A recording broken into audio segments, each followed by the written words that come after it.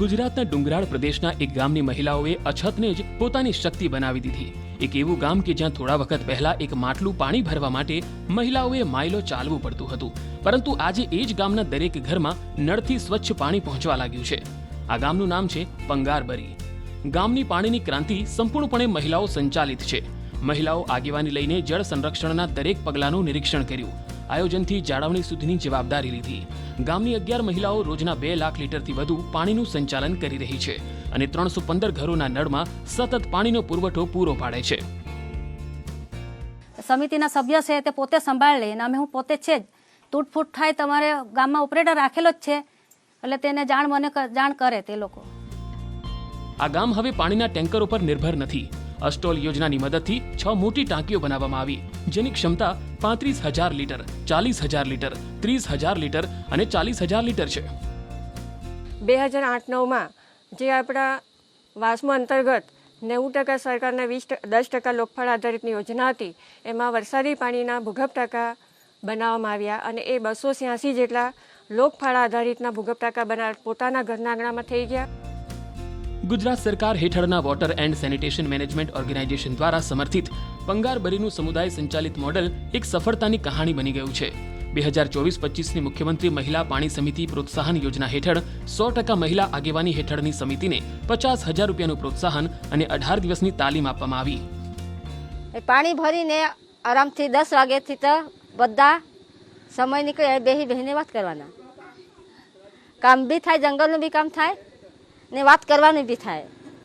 આગળ તો છોકરી બી નહીં આપે અમારા ગામમાં કે પંગારબારીમાં તો પાણી નહીં મળે, પોરી નહીં આપવાના।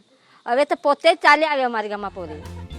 પાણી માટેની સંઘર્ષની શરૂ થયેલી આ યાત્રા આત્મનિર્ભરતા અને નારી સશક્તિકરણની સફર બની ગઈ છે।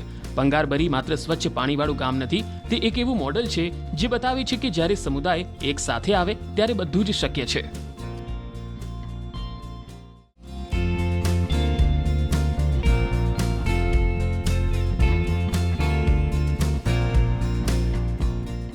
ગુજરાતના ડુંગરાળ પ્રદેશના એક ગામની મહિલાઓએ અછતને જ પોતાની શક્તિ બનાવી દીધી।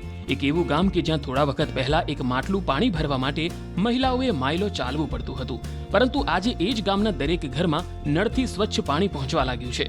આ ગામનું નામ છે પંગારબરી।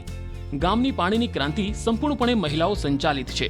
મહિલાઓ આગેવાની લઈને જળ સંરક્ષણના દરેક પગલાંનું નિરીક્ષણ કર્યું, આયોજનથી જાળવણી સુધીની જવાબદારી લીધી।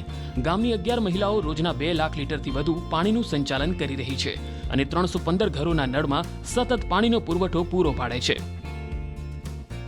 સમિતિના સભ્ય છે તે પોતે સંભાળ લે અને અમે હું પોતે છે જ તૂટફૂટ થાય તમારે ગામમાં ઓપરેટર રાખેલો જ છે, એટલે તેને જાણ કરે તે લોકો। આ ગામ હવે પાણીના ટેન્કરો પર નિર્ભર નથી। અસ્ટોલ યોજનાની મદદથી 6 મોટી ટાંકીઓ બનાવવામાં આવી, જેની ક્ષમતા 35,000 લીટર, 40,000 લીટર, 30,000 લીટર અને 40,000 લીટર છે।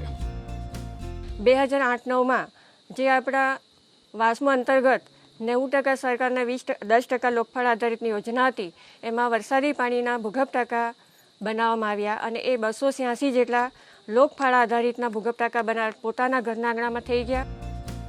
ગુજરાત સરકાર હેઠળના water and sanitation management organisation દ્વારા સમર્થિત પંગારબરીનું સમુદાય સંચાલિત મોડેલ એક સફળતાની કહાણી બની ગયું છે।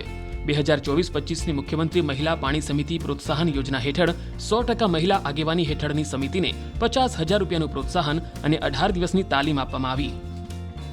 પાણી ભરીને આરામથી 10 વાગ્યાથી તો બધા સમય નીકળે બેહી બહેને વાત કરવાના, કામ બી થાય, જંગલનું બી કામ થાય ને વાત કરવાની બી થાય। આગળ તો છોકરી બી નહીં આપે અમારા ગામમાં કે પંગારબારીમાં તો પાણી નહીં મળે, પોરી નહીં આપવાના। હવે તો પોતે જ ચાલી આવે અમારા ગામમાં પોરી। પાણી માટેની સંઘર્ષની શરૂ થયેલી આ યાત્રા આત્મનિર્ભરતા અને નારી સશક્તિકરણની સફર બની ગઈ છે।